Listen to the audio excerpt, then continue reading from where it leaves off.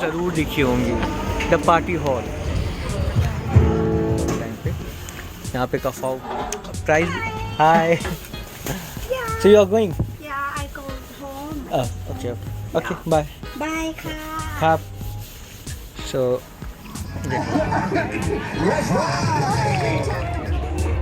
And हो जाता है तो यहाँ जो एरो है तब मुझे पता चला यहाँ से भी ये गली है। तो ये पतली सी गली है भाई साहब। रात में तो मैं डर गया था भाई, ये गली कहाँ जाके ख़त्म होगा, ये ख़त्म ही। Back to my channel is 56 miles. आज मैं हूँ थाईलैंड में और मेरा अराइवल आज हुआ है और मैं कुछ आपको TDAC के बारे में डिटेल में बताऊंगा कि अगर आप 1 जून के बाद अगर थाईलैंड विज़िट कर रहे हो तो कौन कौन सी चीज़ें आपको माइंड में रख के ट्रैवल करना चाहिए। बिकॉज़ 1 जून के बाद आपका कुछ रूल्स चेंज हो, जैसे TDAC को लेके ये फॉर्म आपको फिलअप करना होता है before you arrive 3 days. Okay, 3 दिन पहले आपको ये चीज़ें फिलअप करनी होती है, अदरवाइज़ इमिग्रेशन में आपको परेशान किया जाएगा। सो अगर आप इंडियंस, नेपाली या बांग्लादेशी, पाकिस्तानी अगर आप ट्रैवल करो थाईलैंड 1 जून के बाद, सॉरी 1 मई के बाद, I am taking my word, 1 मई के बाद, तो आपको TDAC फॉर्म भरना कंपलसरी है। फर्स्ट ऑफ ऑल आप पहले अपने फ़्लाइट्स टिकट्स वगैरह बुक कर लो, होटल बुकिंग वगैरह बुक कर लो। उसके बाद आपको 3 दिन पहले आपको TDAC फॉर्म आप बायो में जाके चेक कर सकते हो, मैं लिंक डाल दूँगा, वहाँ से आप क्लिक करोगे, आपको अराइवल पे जाना है। उसके बाद आपको फॉर्म फिलअप करना है जिसमें आपको नॉर्मली डॉक्यूमेंट्स आपके जो पासपोर्ट डिटेल्स होते हैं वो मांगता है, अराइवल डेट मांगता है, डिपार्चर डेट मांगता है। अगर आपका डिपार्चर डेट कंफर्म नहीं है, अगर आप ऐसे ही ट्रैवल कर रहे हो अनप्लान, तो आप एक डेमी फ़्लाइट बुक करके आप अपना डिपार्चर कंफर्म कर सकते हो। और होटल बुकिंग जो भी आपका रहेगा आपको उसमें प्रॉपरली एड्रेस मेंशन करना होगा। अगर आप मेंशन नहीं करो तो वो फॉर्म पूरी तरीके से फिलअप नहीं होगा। सो अब जब आप ये फॉर्म फिलअप कर ले तो उसके बाद करना क्या होता है उसमें आपको कि आपको वो फॉर्म का एक PDF मिल जाता है, डाउनलोड कर लेते हो, अदरवाइज़ आपको मेल पे भी मिल जाता है। वो फॉर्म लेके आपको फ़्लाइट का ticket, hotel booking, departure flight round trip, तो वो सारी चीज़ें आपको एक प्रिंट आउट लेके या फिर फ़ोन में लेके आप ट्रैवल कर सकते हो। बेसिकली मैं जब यहाँ पे अराइव किया तो TDAC कुछ खास उसके बारे में पूछा नहीं गया, ना मुझे लखनऊ के एयरपोर्ट पे पूछा गया और ना कि मुझे थाईलैंड या बैंकॉक के एयरपोर्ट पे पूछा गया। तो ये बहुत ही इजी था। अगर आप सेम डे भी ट्रैवल करो तो TDAC फॉर्म भर सकते हो, बट नियम के अनुसार अगर आप 3 दिन पहले भरोगे तो आपको कोई चीज़ डिले नहीं होगा। और जब मैं बैंकॉक के एयरपोर्ट पर अराइव किया तो मुझे TDAC के बारे में पूछा नहीं गया। बेसिकली मैं फास्ट टैग से आता हूँ, मतलब 200 बाट मैं पे कर देता हूँ, तो मुझे कोई सवाल नहीं पूछा जाता है और ईज़िली मुझे अपना वीज़ा मिल जाता है। तो अब मैं आपको शो कर रहा हूँ मैं स्टे कहाँ पे कर रहा हूँ और क्या मेरे होटल या हॉस्टल का बजट है और खाना पीना मैं क्या खा रहा हूँ, आपको थोड़ा सा मैं डिटेल दिखा देता हूँ। ये रहा कौसान रोड, जो कि बहुत ही फेमस है इंडियन टूरिज़म के लिए, जो कि बेसिकली अगर कोई बैंकॉक आता है तो इस प्लेस को तो नहीं मिस करता है। Khaosan Road is a place for the party and for the club area. Is similar to the Nana Plaza, but Nana Plaza से ये बहुत ही बेटर है बिकॉज़ आपको यहाँ पे इंडियन बहुत कम दिखेंगे, फॉरेनर्स ज़्यादा दिखेंगे और खाना पीना आप देख ही सकते हो यहाँ पे। तो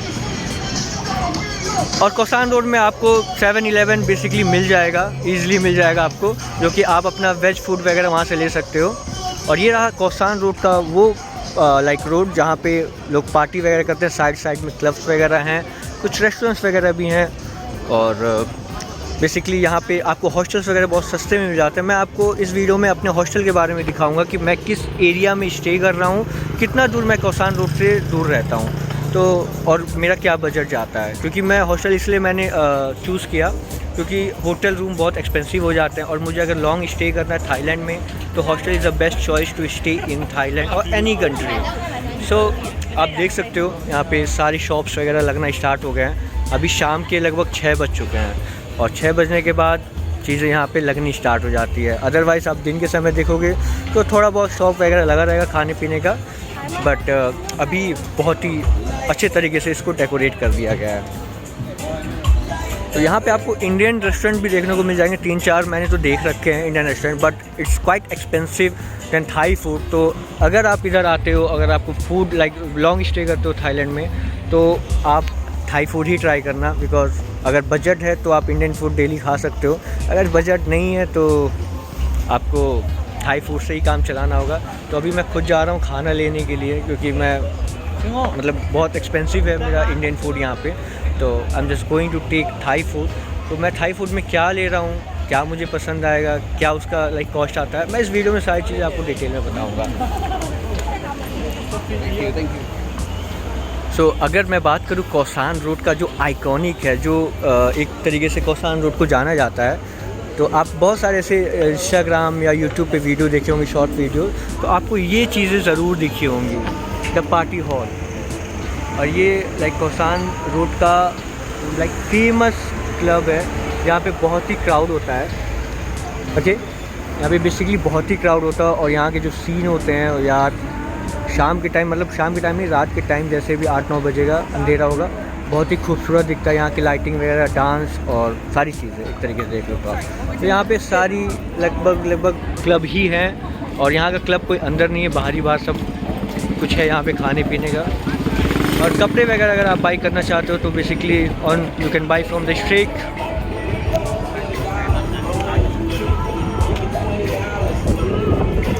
बहुत ही यूनिक चीज़ें देखोगे, जैसे ये आंटी को आप देख लो।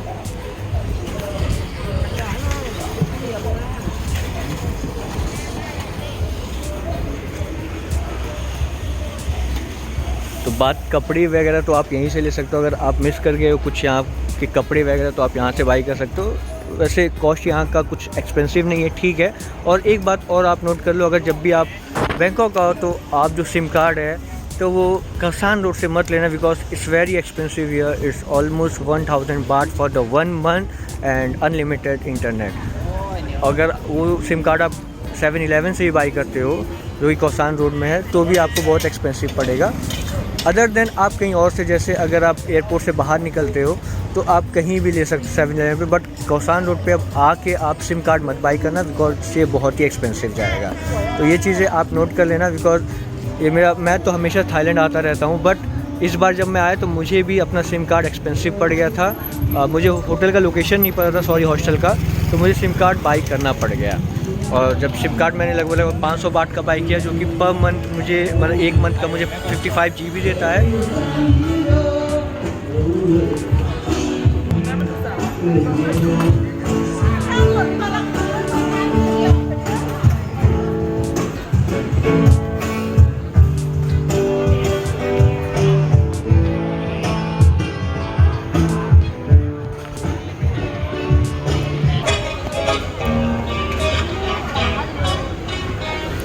ये सब लोकल फूड्स हैं जो आप अगर कंज्यूम कर सकते हो तो आप खा सकते हो, अदरवाइज़ मेरे लिए तो वो नहीं है, मैं नहीं खा पाऊँगा, क्योंकि यहाँ का जो खाना वगैरह है बहुत ही अजीब सा है। लाइक स्नैक्स वगैरह, स्कॉर्पियन वगैरह आपको खाने को बेसिकली मिल जाएंगे। और मैंने एक शॉप देखा था जहाँ पे बिच्छी वगैरह देखने को मिल जाते हैं, तो वहाँ पे अगर फ़ोटो भी आप कैप्चर करते हो तो 10 बाट का आपको पेमेंट देना होगा, तब आप जाके फ़ोटो या वीडियो कैप्चर कर सकते हो।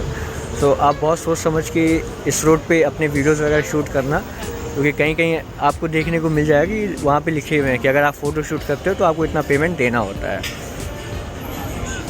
तो आप देख सकते हो लगभग सारे खाने वगैरह के ठेला वगैरह जो भी है लग गए हैं। तो अभी मुझे बाई करना है कुछ लोकल फूड। और बात करूँ पैसों का, तो अगर आपको एक्सचेंज वगैरह करवाना है तो बहुत सारे एक्सचेंज काउंटर्स आपको मिल जाएंगे, जो कि रात के 9 बजे के अंदर सारी चीज़ें बंद हो जाती हैं। तो आप ध्यान देना, जब भी आपको एक्सचेंज करना होगा तो आप टाइम से करवा लेना। और बात करूँ अगर एक्सचेंज करवाने का, तो आप सुपर रिच ट्राई कर सकते हो। It's a best like exchange counter in Thailand, क्योंकि उनके जो रेट्स होते हैं सबसे अलग होते हैं और सबसे अच्छे रेट्स देते हैं डॉलर्स वगैरह के। तो मैंने जब इंडिया से ट्रैवल किया तो मैंने डॉलर्स लिए थे, ना कि बाट मेरे पास ऑलरेडी पड़ा हुआ था 1000 बाट, तो मैंने डॉलर्स बाई कर लिए थे 1000 के। और जब मैं यहाँ पे आके उसको सेल किया तो it's not a business, but मुझे अच्छे रेट्स मिले और मुझे डॉलर में 2 रुपये का एक तरीके से प्लस ही मिला। अगर मैं वही डॉलर इंडिया में बेचता तो मुझे 2 रुपये का लॉस होता, और वही सेम चीज़ यहाँ पे थाईलैंड में 2 रुपये का प्रॉफिट हुआ। So it's not about the business, but हाँ आपको एक्सचेंज रेट सुपर रिच में अच्छे देखने। आप लेफ़्ट की तरफ जाते हो ना तो आपको ज्वेलरी शॉप्स वगैरह देखने को मिल जाएंगे यहाँ पे, जो कि ओरिजिनल है कि नहीं ये मुझे नहीं पता है, बट यस बहुत प्यारे हैं रिंग्स वगैरह। बेसिकली इस रोड पे ज़्यादातर ज्वेलरी शॉप्स हैं और देख सकते हो सिल्वर ज्वेलरीज। तो आई थिंक अगर सिल्वर लिखा है तो ओरिजिनली होगा सिल्वर का वगैरह, तो मुझे आइडिया नहीं है यहाँ के बारे में।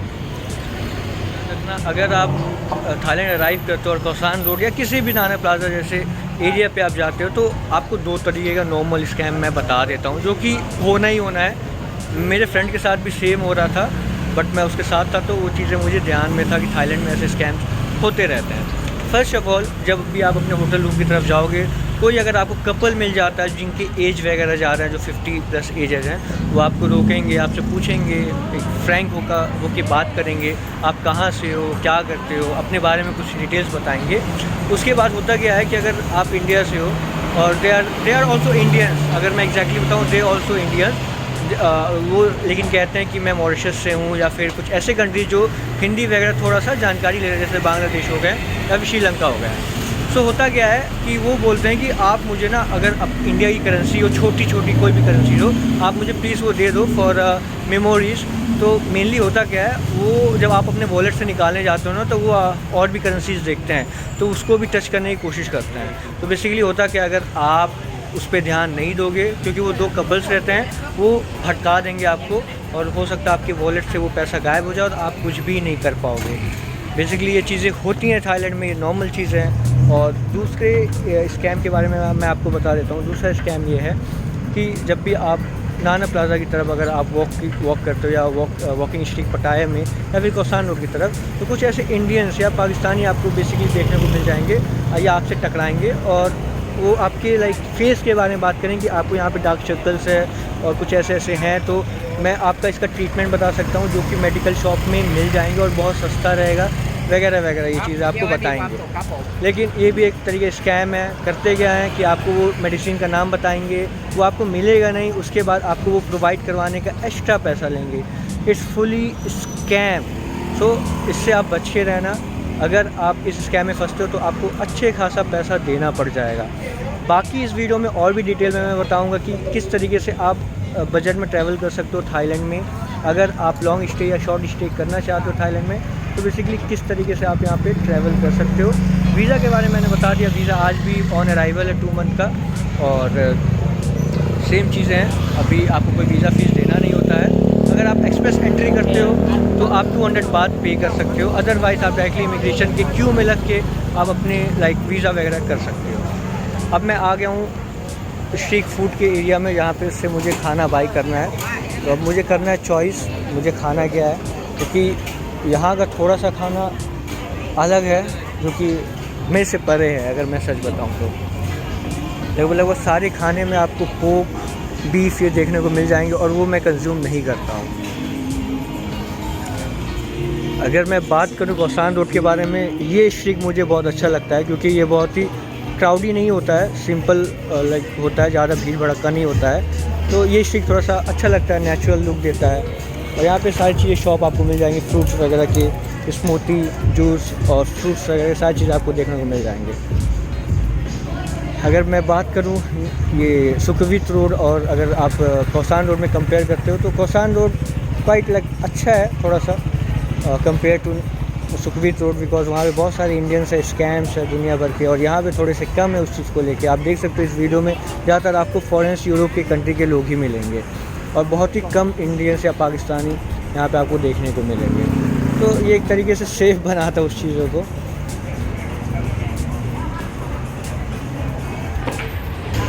अब ये सब जो है, ये सब मसाज सेंटर्स हैं। अगर आप चलते चलते थक जाते हो तो आप यहाँ पे मसाज ले सकते हो, जिनकी कॉस्टिंग 150 से स्टार्ट हो जाती है। फूड मसाज, थाई मसाज, सारे तरीके के मसाज रहते हैं यहाँ पे। तो डिपेंड करता है आप क्या कराना चाहते हो। और एक चीज़ और मोस्टली मैंने देखा है इस रोड पे क्या, थाईलैंड के हर रोड पे मुझे देखने को मिल जाएगा, लेकिन कोसान रोड पे ये चीज़ें यूनिक बनाती है। जिस चीज़ के बारे में मैं बात करूँ वो आगे आपको मैं देखने को मिलेगा। अभी फ़िलहाल ये रेस्टोरेंट्स वगैरह आप देख सकते हो, इनके प्राइसिंग वगैरह ठीक है, ज़्यादा एक्सपेंसिव भी नहीं है और ज़्यादा चीप भी नहीं, ठीक है अगर आप खाना चाहते हो लोकल फूड। तो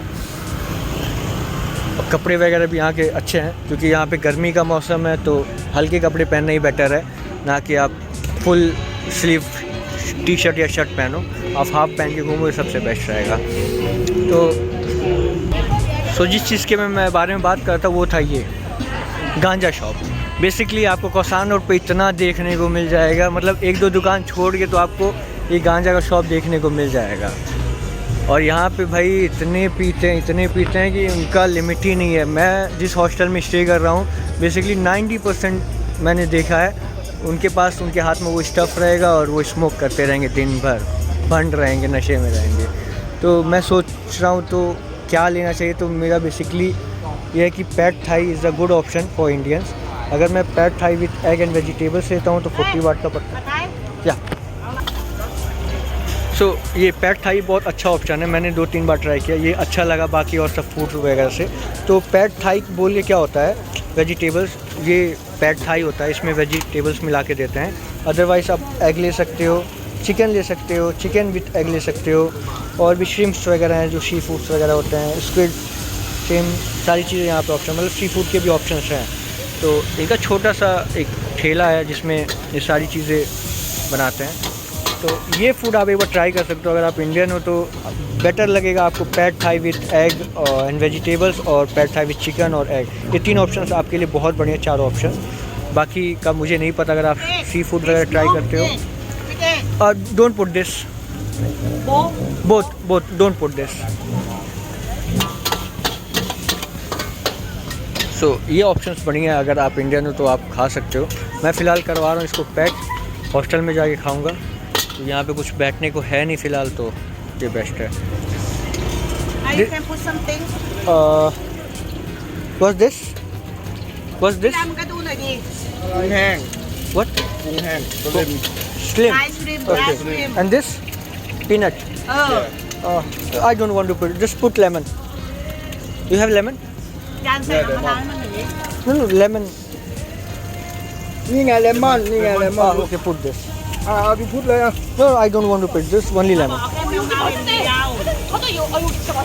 เนี่ยเหรออย่างเดียว Yo. This is lemon. That's great.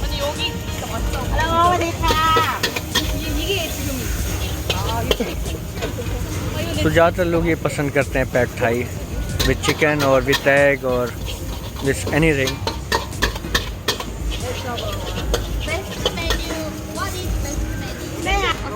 Basically ये सस्ता फूड पड़ जाता है, 40 बाट का पड़ जाता है, तो कुछ ज़्यादा नहीं expensive if you compare with another food और Indian food, because Indian food is quite expensive in Thailand. तो ये 2 फूड मेरा हो गया पैक या lemon. What's this? Egg or chicken? Egg. Okay. Just put it upside. Okay. Yeah. तो ये food ज़्यादातर लोग ट्राई करते हैं, पसंद करते हैं। तो ये फूड पड़ गया मुझे 80 बाट का 2, और मेरे पास थे 1000 बाट, तो मैंने चेंज करने के लिए दे दिया।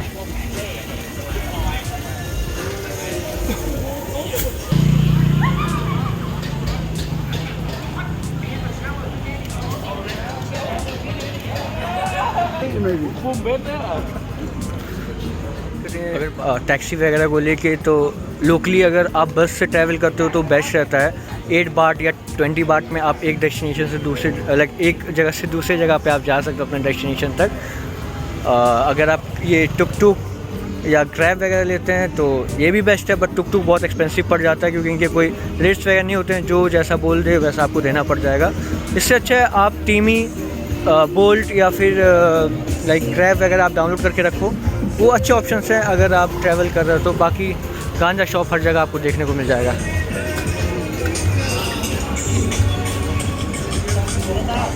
गुड।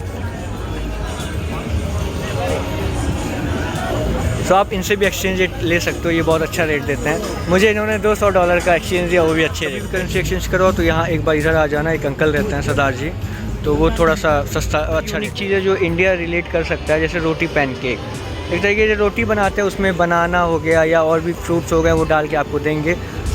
बट अगर कभी भी आप बाई करो तो आप उसमें सिंपल रोटी और अंडा डलवा देना, ना कि ये बनाना वगैरह, बिकॉज वो टेस्ट बहुत ही गंदा देगा। यहाँ के लोग को तो पसंद है, हमें नहीं पसंद आएगा ये चीज़। बाकी एक बार आप ट्राई कर सकते हो।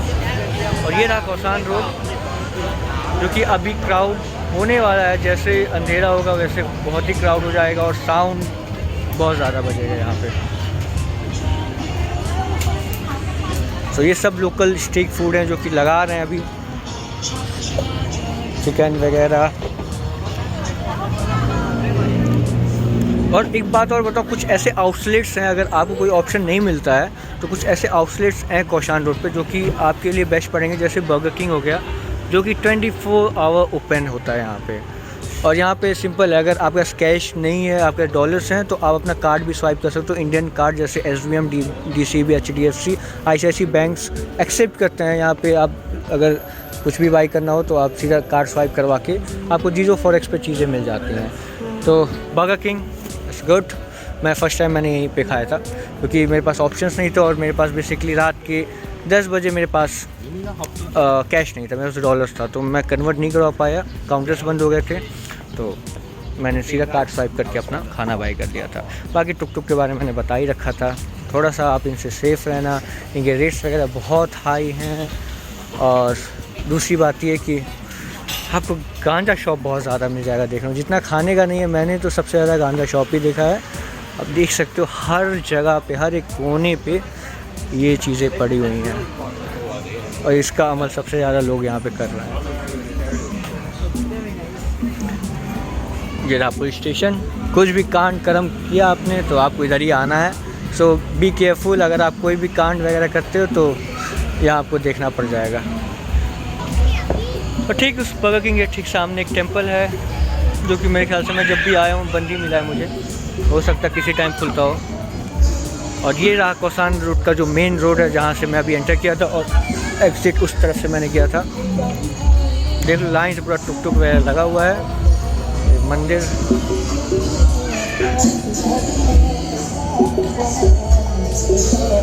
ये स्ट्रीट फूड वगैरह लग चुके हैं यहाँ पे खाने को।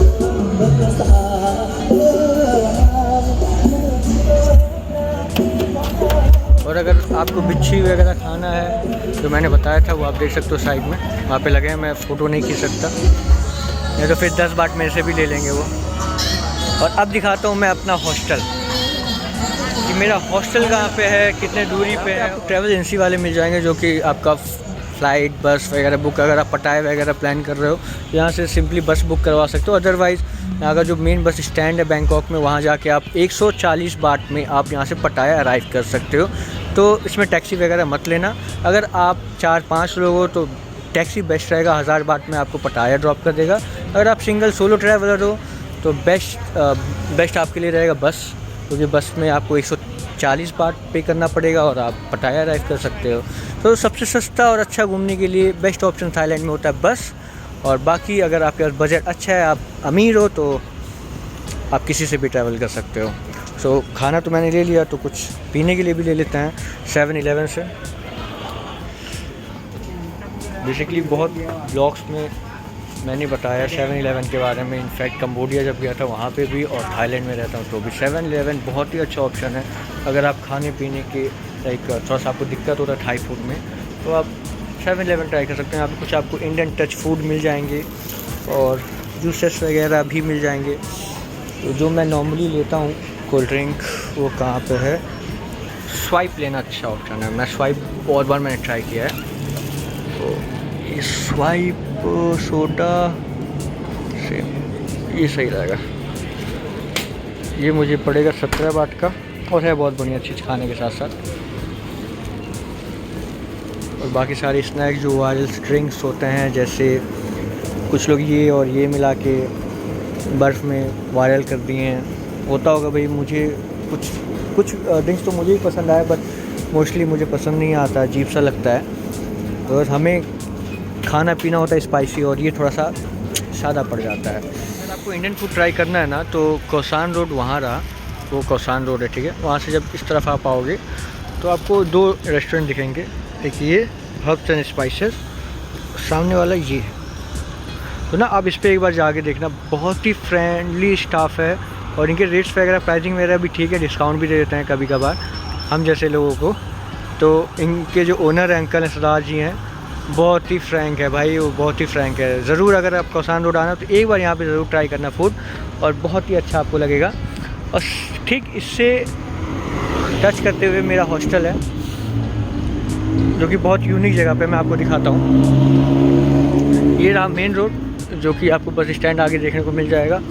और ठीक यहाँ से चलते चलते एक पतली सी गली आती है जो कि मुझे हॉस्टल की तरफ लेके जाती है। तो आप देख सकते हो फर्स्ट टाइम तो मैं थोड़ा सा कंफ्यूज हो गया था कि यार इस गली जाके एंड ना हो जाए। ये भी एक रेस्टोरेंट है, आप फूड वगैरह खा सकते हो सुबह के टाइम पे। यहाँ पे कफ़ाऊ काईजांग और सारी चीज़ें लोकल फूड आपको देखने को मिल जाएगा।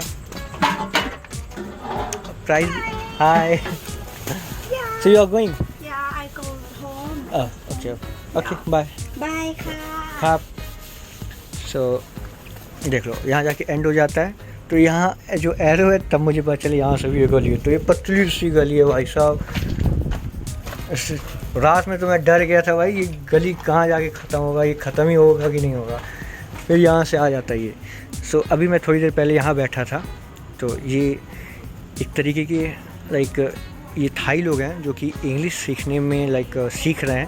तो ये बेसिकली अगर जो भी टूरिस्ट वगैरह होते हैं जिनको इंग्लिश आता है वो बैठ के अपना कन्वर्सेशन कर सकते हैं इंग्लिश में, जिसके थ्रू आप यहाँ के कल्चर वगैरह के बारे में जान सकते हैं। और ये फ्री ऑफ कॉस्ट है, आपको पैसा नहीं देना होता है इसमें। मैं भी 2 लोग से मैंने बात किया। बेसिकली मुझे पूरा इंग्लिश तो नहीं आता है, मेरी भी टूटी फूटी है, बट यस मेरे से टूटी फूटी उनकी है। तो मैं उनसे एक तरीके से 1 स्टेप आगे था। ये फ्री ऑफ कॉस्ट रहता है। आप मेरी वीडियो देखना, इसमें आपको सारी चीज़ें डिटेल दिखेंगे।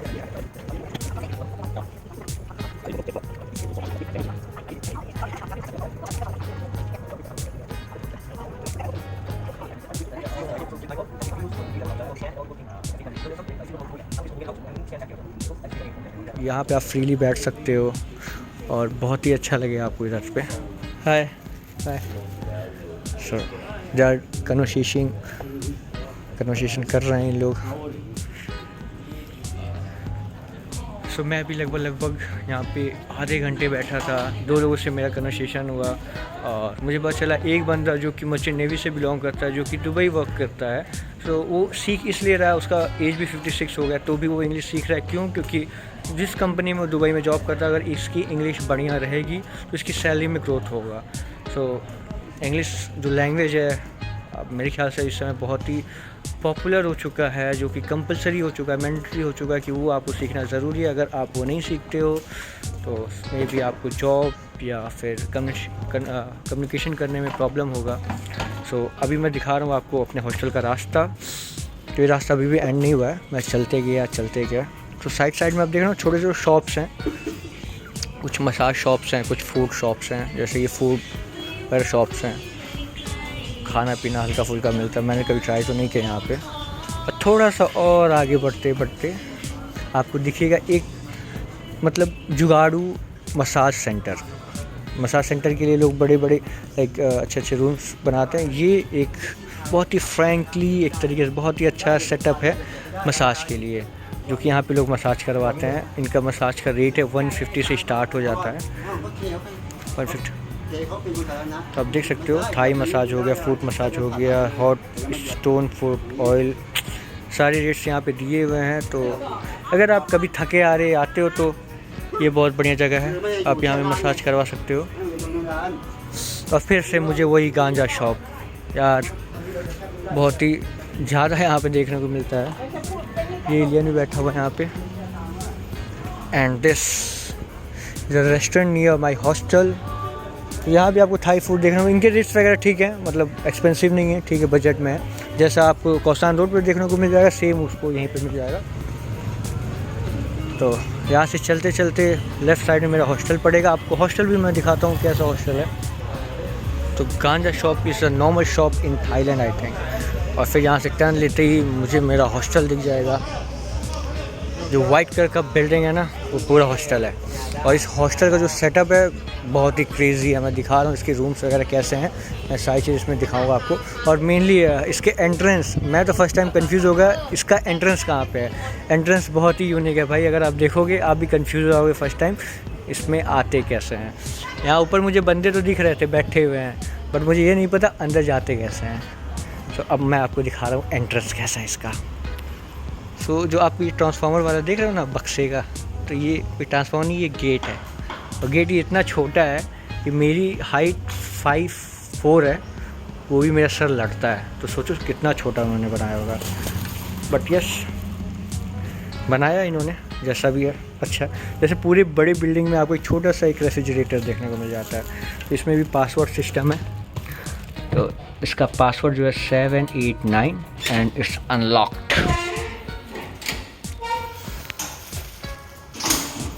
तो यहाँ पे सारी ऐसे सिस्टम्स हैं। और एक चीज़ और, सारी चीज़ें यहाँ पे सेंसर्स बेस है। यहाँ पे जो लाइट्स है ऑटोमेटिकली ऑफ हो जाते हैं, सेंसर के थ्रू ऑन हो जाते हैं। तो ये बेस्ट पार्ट है, किसी को ऑन ऑफ नहीं करना होगा।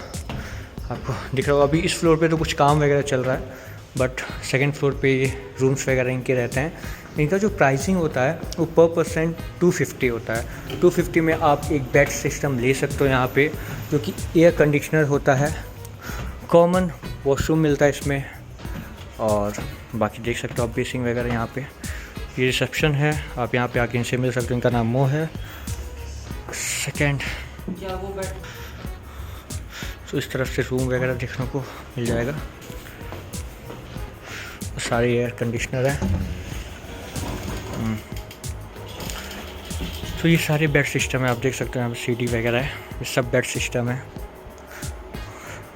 फर्स्ट डे तो मुझे ये बेड मिला था क्योंकि गंदा हो गया था, तो मैंने स्विच करके इस पे ले लिया है। सारे सामान वगैरह यहीं रखे हैं, तो आप सामान अपने फ्रीली यहाँ छोड़ सकते हो, कोई टच नहीं करता है। ये बेड सिस्टम है टोटली, लाइट वगैरह, चार्जर पॉइंट्स वगैरह सब दिए हुए हैं। एसी 1 2 और 3 एसी लगे हुए हैं, और सेम टू सेम उस साइड भी वही रूम्स हैं। तो मुझे नहीं पता इन्होंने क्यों सेपरेट किया, क्योंकि यहाँ पे ज़्यादातर मैंने एशियंस लोगों को देखे हैं, और उस साइड मुझे यूरोप लोगों को मैंने देखा है विजिट करते हुए। तो हो सकता है इन्होंने भेदभाव करके एशियन कंट्री के लोगों को, like Indian, Pakistani and etcetera लोगों को इस कंपार्टमेंट के अंदर रखा है, और बाकी उस साइड में। तो kindly use the rack on the 4th floor to store your towel and everything. इसकी प्राइसिंग मैंने बताया 250 रुपये पर हेड पड़ता है इंडियन करेंसी में। एंड वॉशरूम वगैरह आप देख सकते हो उधर, और ये रहा बालकनी जहाँ पे खाना पीना करता है या स्मोकिंग।